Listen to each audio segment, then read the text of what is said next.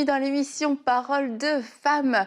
Cette semaine, nous serons toute la semaine avec Nadine et aussi avec notre invité, le pasteur Daniel Chéry, qui va passer cette semaine spéciale avec nous pour nous raconter comment il est passé à travers une épreuve, une grande épreuve dans sa vie, il y a maintenant 3 ans. Alors bonjour, bienvenue au pasteur Daniel. Bonjour Annabelle. Hello, pasteur Bonjour Daniel. Nadine.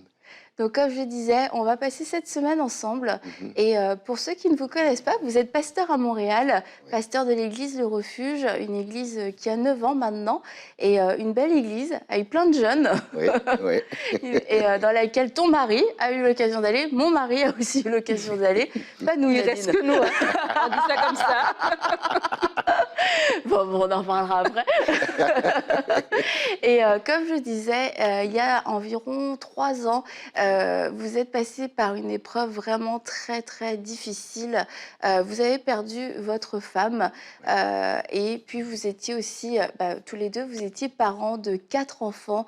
4 enfants qui étaient à l'époque âgés de... du coup, de 10 à 23 ans, c'est ça? C'est ça, à peu près, oui. 10-23 ans. Donc, c'est certain que ça a bouleversé votre vie. Et cette semaine, nous allons voir comment le pasteur Daniel Chéry est passé et passe à travers ces moments, à la fois en tant qu'enfant de Dieu, en tant que chrétien, en tant que père, en tant que mari, et aussi en tant que pasteur, parce que c'est ça, vous n'avez pas arrêté le ministère, vous êtes toujours pasteur à l'église Le Refuge. Et donc voilà, donc ça a été, c'était il y a 3 ans. Et depuis, Dieu est en train de faire son œuvre de restauration et de consolation. Et on se réjouit pour ça. Mais du coup, racontez-nous, comment est-ce que vous étiez mariés depuis combien de temps? Bon, mais premièrement, merci beaucoup pour l'invitation. C'est tout un honneur pour moi d'être ici avec vous. Oui, j'aime le fait que vous avez dit que je suis toujours en mode en deuil. Je suis toujours en deuil, même après 3 ans. C'est des choses qui prennent beaucoup de temps. On ne doit pas l'accélérer. Mais oui, il y a quelques années, lorsque j'étais au secondaire à Montréal, j'ai rencontré ma tendre épouse qui, dans ce temps-là, elle n'était pas mon épouse, était juste une amie, Cassandra. Elle s'appelait, et puis on s'est rencontrés au secondaire, et puis c'est là qu'on s'est connus. On a perdu de vue pendant quelques années. Ah ouais. Oui, on a perdu de vue, et puis on s'est revus plusieurs années après, et le Seigneur nous avait appelés à fonder une famille ensemble.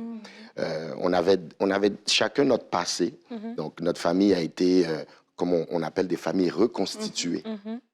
Et ensuite, on a eu ensemble 2 beaux enfants. Et puis, voilà. Et puis, ça a été le début d'une aventure extraordinaire. Et puis, on a fondé l'Église, elle et moi, ensemble. On ne savait pas que le Seigneur nous appelait à quelque chose comme ça, vraiment pas. Au contraire, moi, j'avais ma vie dans le monde, et puis elle aussi. On Mais était... c'est vrai que vous aviez fait un C'est mon histoire. Voilà. Dans Bonjour chez vous, le pasteur Daniel nous raconte comment il a été, comment le Seigneur vous a récupéré. Ah, c'était extraordinaire. Il m'a récupéré, et elle aussi. J'étais le premier à recevoir Jésus comme mon sauveur personnel. Elle aussi, elle avait grandi dans une famille chrétienne, mais la vie, les amusements de l'extérieur nous ont fait un peu perdre le focus de l'Église. Et ensuite, j'ai reçu le Seigneur Jésus-Christ. Et je pense que mon changement attirait son attention un peu. Et elle a décidé elle-même également de recevoir Jésus-Christ. Et puis, elle a été baptisée. Et puis, depuis ce temps-là, on évoluait dans les choses de Dieu jusqu'à ce que le Seigneur nous a appelés à fonder l'Église. C'était quand même spécial, la façon qu'il nous appelait, parce que c'était en plein milieu de crise et puis tout ça. Mais à force d'analyser un peu la vie, on disait, OK, je pense qu'on va arrêter de tourner autour des choses et puis on va faire ce que le Seigneur nous demande. Donc, en août 2013, on a eu la grâce de fonder l'Église Le Refuge, et puis on évoluait, puis on avançait, ça allait bien. Une église, comme vous avez dit, qui a beaucoup de jeunes, beaucoup de jeunes, beaucoup d'activités, des jeunes fous pour le Seigneur. Je m'excuse le terme. On aime le Seigneur. Et puis en 2018, vers la fin de 2017, Cassandra elle est rentrée dans un régime où elle voulait perdre du poids. Et puis, bon, moi aussi, j'avais besoin de perdre du poids. Et puis là, je lui ai dit, bon, écoute, vas-y, je te suis. Et puis, elle prenait ça au sérieux. Et puis, vers 2018, entre janvier 2018 et juin 2018, la perte de poids était très accélérée. Et puis, chaque fois qu'elle mangeait, elle avait de la difficulté à avaler. Et puis, pour faire une histoire courte, vers l'été 2018, on s'inquiétait un peu de la perte de poids qui était quand même assez rapide. On parle d'environ 40 livres comme en 6 mois. Okay, donc 20 kilos à peu près. Kilos, ouais. Ouais. Et puis là, elle est allée faire des examens. Au début, les médecins nous disaient que c'était peut-être une bactérie. Et puis, à force de faire des tests, on a découvert vers c'est octobre 2018, qu'elle avait le cancer de l'estomac. Toute jeune, à 41 ans. Et puis, malheureusement, c'est un type de cancer qui est très rusé, ils disent. Okay. Que c'est un type de cancer qui, malheureusement, se découvre à la fin, lorsqu'il est rendu dans le stade 4. Et lorsque on a appris cela, ça a été très rapide, entre octobre 2018 et elle est décédée le 13 janvier 2019. Oh, wow. Donc, imaginez-vous, pendant tout ce temps-là, pendant cette courte période de temps, il fallait que je comprenne, ou je ne savais même pas c'était quoi le cancer. Je me souviens la première fois qu'elle m'a appelé pour me le dire. Elle m'a dit, Danny, j'ai une tumeur à l'estomac. Okay. C'était le cancer de l'estomac. Je dis, OK, c'est quand que tu vas faire l'opération? Je ne comprenais pas, je ne savais pas. Donc, entre octobre 2018 et janvier 2019, il fallait que j'apprenne c'est quoi le cancer de l'estomac. Comment que je fais pour gérer maintenant cette information? Est-ce que je le dis à l'église? Non. Puis mon épouse était quelqu'un de très réservé. Donc, vous pouvez juste imaginer juste un peu de temps, toute l'information qu'il fallait qu'on gère. Comment le dire aux enfants? Comment le dire à la famille? Et ça a été difficile. Et pendant ces quelques petits mois, est-ce que vous vous disiez, je peux la perdre? Ou alors vous étiez, ça va aller, on va trouver une solution, Dieu va agir, il y aura peut-être une opération, un miracle, une guérison? Certainement. Moi, j'étais aucunement que mon épouse allait décéder.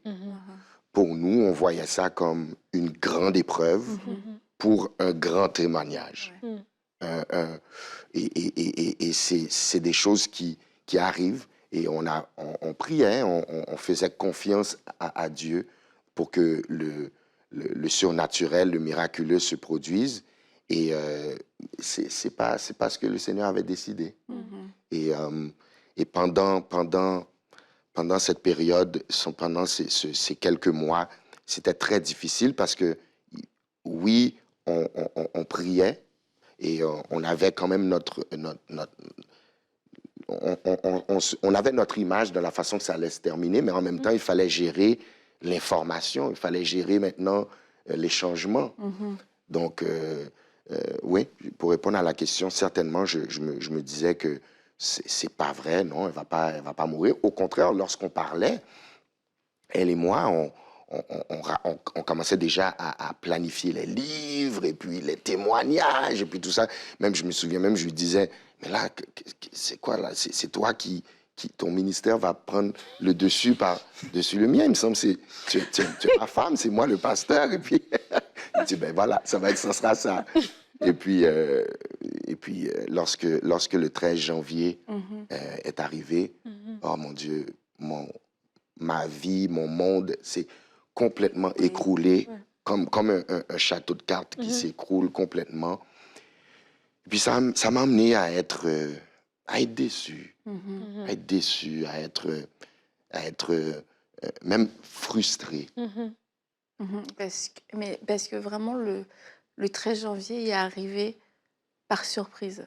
C'était, quand vous avez appris la nouvelle, c'était complètement imprévisible pour vous. Vous étiez zéro préparé à cette éventualité. Zéro. Mhm. Cette journée-là, c'est un dimanche. Et on avait service à l'église. Et puis, cette journée-là, j'avais personne pour me remplacer. Et puis, mais juste la veille, elle avait eu la veille, elle avait eu une journée qui était extraordinaire. Ah. Dans le sens que elle parlait, elle donnait elle rigolait avec tout le monde. Il y avait différents membres de la famille qui étaient venus. Et puis, c'était juste extraordinaire. Et puis, pendant la nuit, ça allait un peu mal. Et le matin du 13 janvier, ça allait pas bien. Et j'ai dit, bon, est-ce que tu veux que je reste avec toi? Elle me disait oui. Donc, j'ai appelé mon frère dans ce temps-là, puis je lui ai dit, écoute, je ne sais pas si je vais pouvoir venir au service, donc vous allez devoir vous arranger. Parce que j'étais planifié pour prêcher cette journée-là.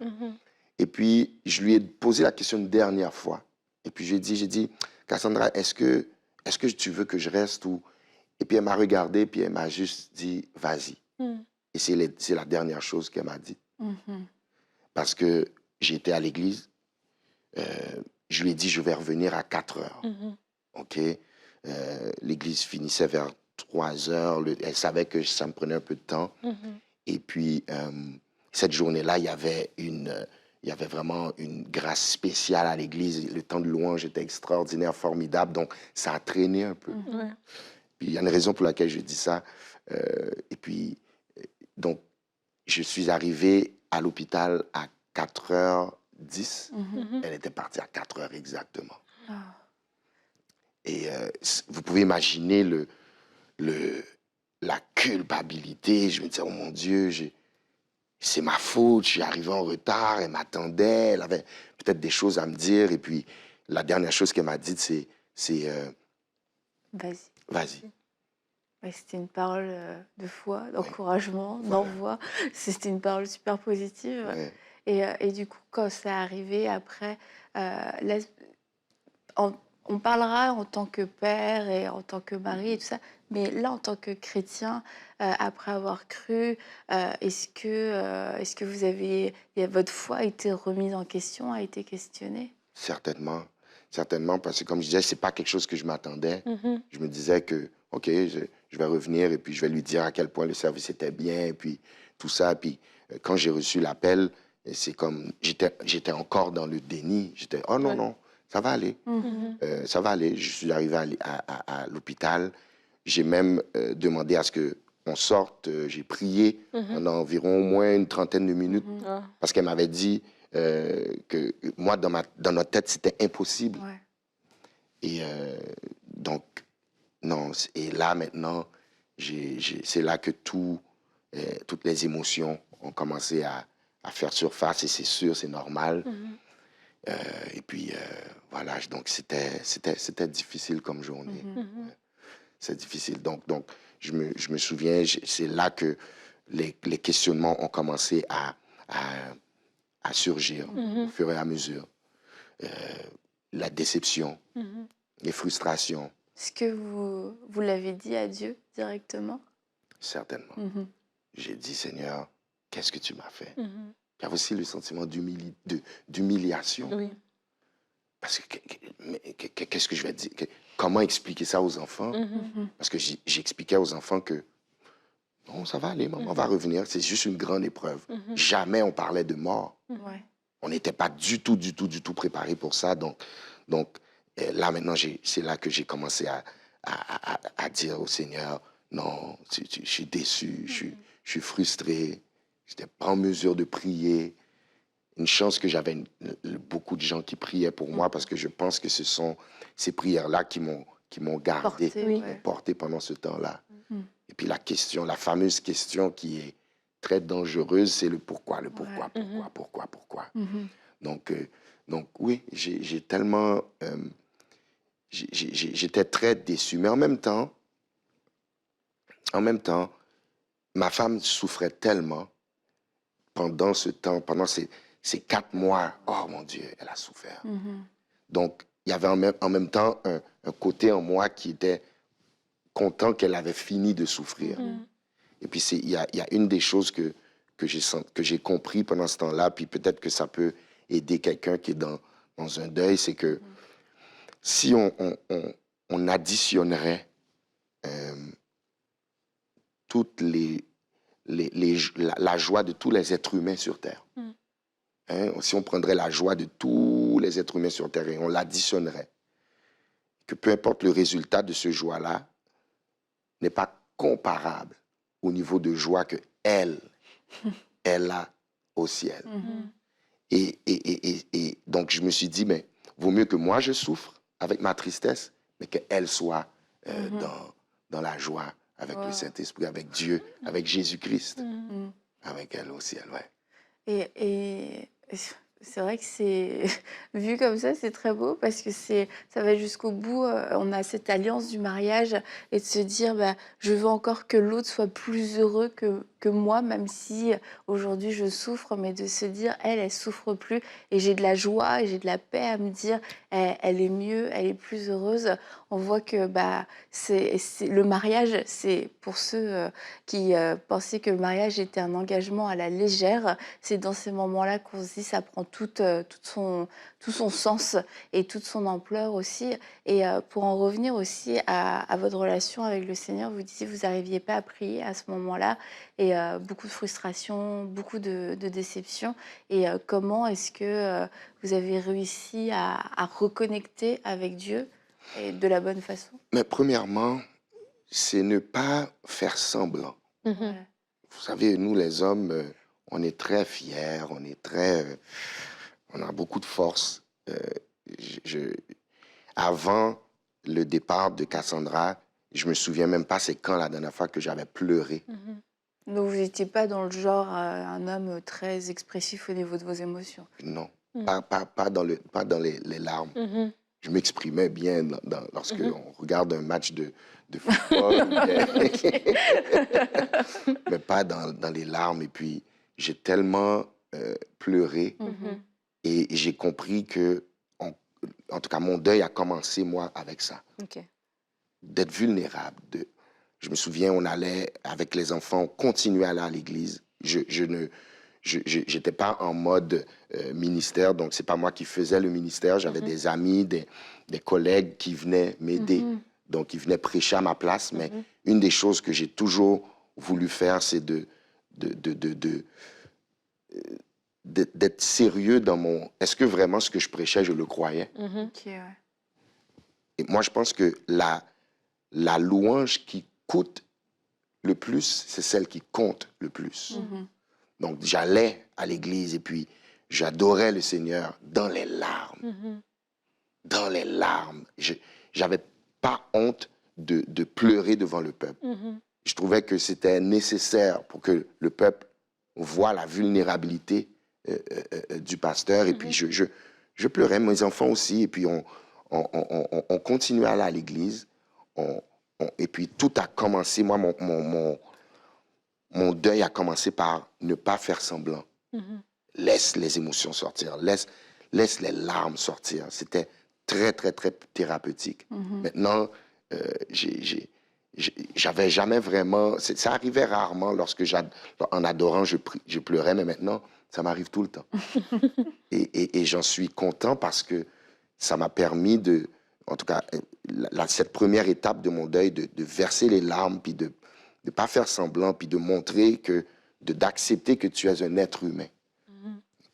D'accepter qu'on n'est pas des super-héros, ça m'a humilié d'une manière extraordinaire. Mhm.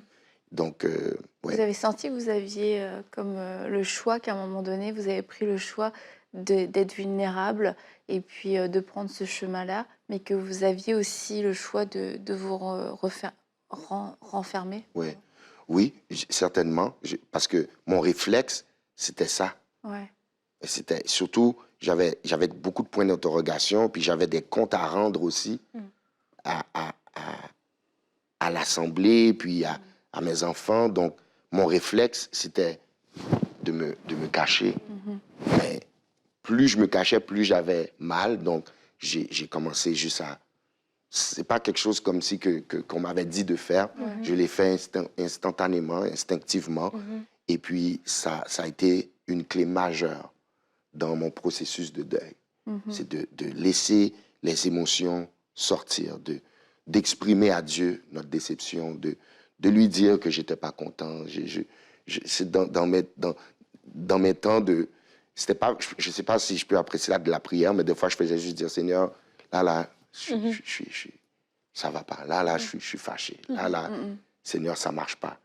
Et comme je disais tout à l'heure, j'avais de la difficulté à prier parce que, je vais être franc, pour être franc avec vous, pendant plusieurs mois, c'est les gens qui priaient pour moi.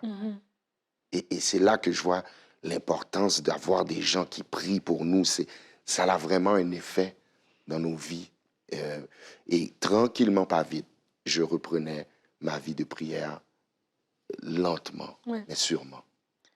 Moi, j'ai une question par rapport à... Tu dis tout à l'heure que tu étais vraiment... les larmes ont été comme le déclencheur un petit peu de ce processus, du début de ce processus. Qu'est-ce que tu dirais justement à quelqu'un qui est coincé, qui est bloqué peut-être dans le pourquoi, ou qui est bloqué dans du déni, ou qui n'arrive même pas à pleurer parce que c'est comme c'est trop... La surprise est tellement grande qu'on est coincé, on n'arrive pas en fait à passer par-dessus et à commencer son processus. L'une des choses qui m'a aidé et qui continue à m'aider, c'est d'avoir une nouvelle perspective de la mort. La mort, c'est comme, j'entendais Billy Graham qui disait que la mort est comme un changement d'adresse. C'est comme une relocalisation. Et lorsque on analyse la mort à la lumière des Écritures, on voit que c'est une séparation qui est temporaire et non permanente. On a quand même mal, mais il y a de l'espoir. Donc, moi, l'une des choses aussi qui m'a aidé, c'est, oui, vider les larmes, mais aussi réinterpréter la mort. Et puis, commencer à chercher qu'est-ce que Dieu dit par rapport à ça. Comme je disais tout à l'heure, de comprendre que sa joie, elle dépasse de loin la nôtre. De comprendre aussi que c'est une séparation. Et aussi, une des choses qui m'a beaucoup aidé, c'est de prendre au sérieux les gens qui me restent maintenant. Mes enfants, ma famille, et de voir que hey, j'ai des gens à aimer là. Il y a des gens qui sont encore autour de moi. Donc, ce n'est pas des choses qui vont enlever la douleur du deuil instantanément, mais ça aide dans le processus. Ouais. Et pour terminer cette émission, Pasteur Daniel, j'aimerais qu'on puisse prier pour les personnes, ces personnes, Nadine, dont tu parlais. Si vous souffrez encore d'un deuil, mais vous sentez que vous n'avez pas réussi à ouvrir pleinement votre cœur, à Dieu, à lui dire ce qu'il y avait dans votre cœur, et vous avez même nourri de l'amertume vis-à-vis de lui, et ça a créé une séparation avec lui, ça a créé une colère contre lui. Et aujourd'hui, quand vous écoutez l'histoire du pasteur Daniel, vous réalisez que oui, vous avez cette colère contre Dieu, mais que vous n'avez jamais exprimé, et que du coup, ça n'a jamais pu être traité. On aimerait prier pour vous aujourd'hui parce que je crois que c'est le début pour pouvoir faire un vrai deuil, un deuil avec le Seigneur, un deuil où vous allez lui laisser la place, où il ne sera plus le méchant dans l'histoire, mais il sera celui qui va vous apporter la consolation, celui qui va pouvoir manifester sa bonté, celui qui est fidèle, malgré vos interrogations, malgré tellement de choses, de questions auxquelles vous n'avez pas encore de réponse. Mais je crois qu'aujourd'hui, le Saint-Esprit veut faire cette œuvre. Est-ce que vous voulez prier? Oui, bien sûr. Alléluia. Donc, s'il y a quelqu'un qui dans la tristesse, peu importe le temps où ce que tu regardes cette émission, je prie, Seigneur Dieu, que tu puisses fortifier, Seigneur, cette personne qui nous écoute, qui est déchirée, Seigneur, dans son cœur, qui a de la peine, Seigneur, qui est triste. Père, cette œuvre que tu fais dans mon cœur, Père, je prie que tu puisses la faire dans le cœur de mon frère, de ma sœur qui m'écoute, Seigneur, en cette journée. Seigneur, nous prions, toi qui es le consolateur par excellence. Seigneur, tu es, ton Saint-Esprit, Seigneur, nous console. Et je prie, Seigneur, que tu puisses consoler. Seigneur, cette personne qui se pose des questions, cette personne, Seigneur, qui peut-être même a décidé, peut-être même d'abandonner tout. Je prie, Seigneur, que tu puisses consoler dans le nom de Jésus, que ton Saint-Esprit touche d'une manière spéciale. Et Père, que Seigneur, tu puisses consoler mentalement dans le nom de Jésus. Il y a quelqu'un qui se pose beaucoup de questions. Il y a quelqu'un, Seigneur, qui m'écoute, Seigneur, qui a beaucoup de questionnements, de points d'interrogation. Père, Saint-Esprit de Dieu, touche la mentalité de cette personne, touche les pensées de cet individu.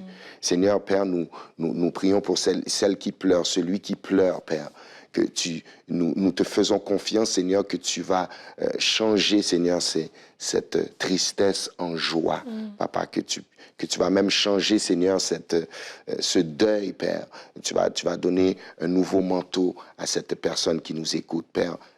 Tous ceux qui sont blessés par le départ d'un individu ou d'une personne, d'un être cher, nous prions aujourd'hui que le Saint-Esprit, que ton Saint-Esprit, le consolateur, puisse consoler les cœurs, consoler les esprits, consoler les pensées, consoler les émotions. Et Seigneur Père, nous te faisons confiance parce que tu es bon et ta bonté, ta miséricorde durera toujours. Dans le nom de Jésus, nous avons prié. Amen. Amen. Amen. Amen. Merci beaucoup, Pasteur Daniel. Et je crois que si vous avez perdu un être cher, que ce soit, c'est pas forcément un conjoint, un mari ou une femme, mais un être cher et ça vous a peiné. Aujourd'hui, vous sentez encore que c'est difficile. Je vous encourage à rester avec nous tout au long de cette semaine. C'est vrai, on parle de deuil, c'est vrai, on parle de mort, mais nous croyons que l'Esprit de Dieu, qui est un esprit de vie, va venir vous rafraîchir, va venir vous consoler, va venir ressusciter aussi des choses qui sont mortes avec cette personne.